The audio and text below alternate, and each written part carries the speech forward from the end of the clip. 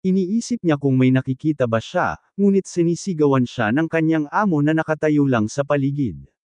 Samantala, ang dalaga ay nakatayong parang anino sa harap ng buwan sa ika-65 palapag.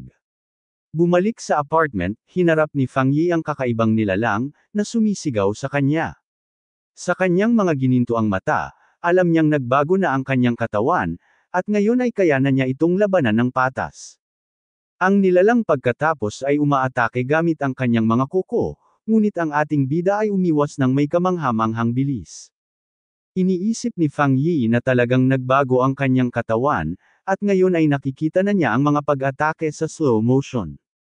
Nagkaroon ng markang araw na enerhiya sa kanyang kamay, nagtataka siya kung bakit may mutated beast na nandito kaagad. Pagkatapos ay naaalala niya ang mga bagay mula sa kanyang nakaraang buhay at nakaharap sa halimaw.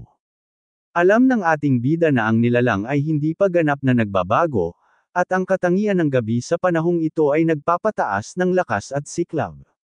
Kaya sumugod siya para umatake, dahil kailangan niya itong pigilan at patayin, kung hindi ang lahat ng tao sa gusali ay mamamatay. Nakuha ni Fang Yi ang nilalang gamit ang kanyang kamay na puno ng enerhiya. Sa nakakagulat na lakas, hinawakan ng ating bida ang kakaibang nilalang ng walang takot.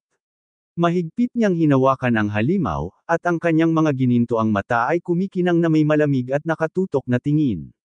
Pagkatapos ay pinaikot ang nilalang sa hangin at napagtanto na ang buntot nito ay ang mahinang bahagi nito.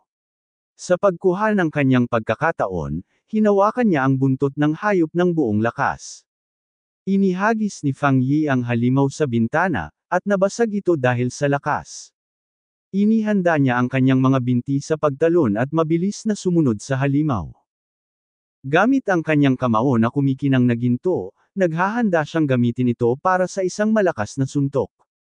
Ang ating bida ay nagpakawala ng isang sinag ng enerhiya na tumama sa nilalang sa hangin. Ang halimaw ay pagkatapos ay ganap na nabutas ang tiyan ng maliwanag na gininto ang sinag ng liwanag. Ngunit kinukuha ng kakaibang nilalang ang ginintoang enerhiya gamit ang bibig nito at sinubukang kunin ang kapangyarihan nito. Napagtanto ni Fang Yi na sinusubukan ng halimaw na nakawin ang kanyang kapangyarihan. Sa tingin niya ay masyadong malakas ang kapangyarihan ng araw at sinisira lang ng kuneho ang sarili. Di nagtagal, isang gintong pagsabog ang sumasakop sa halimaw, na hindi kayang hawakan ang ganoong kalaking enerhiya.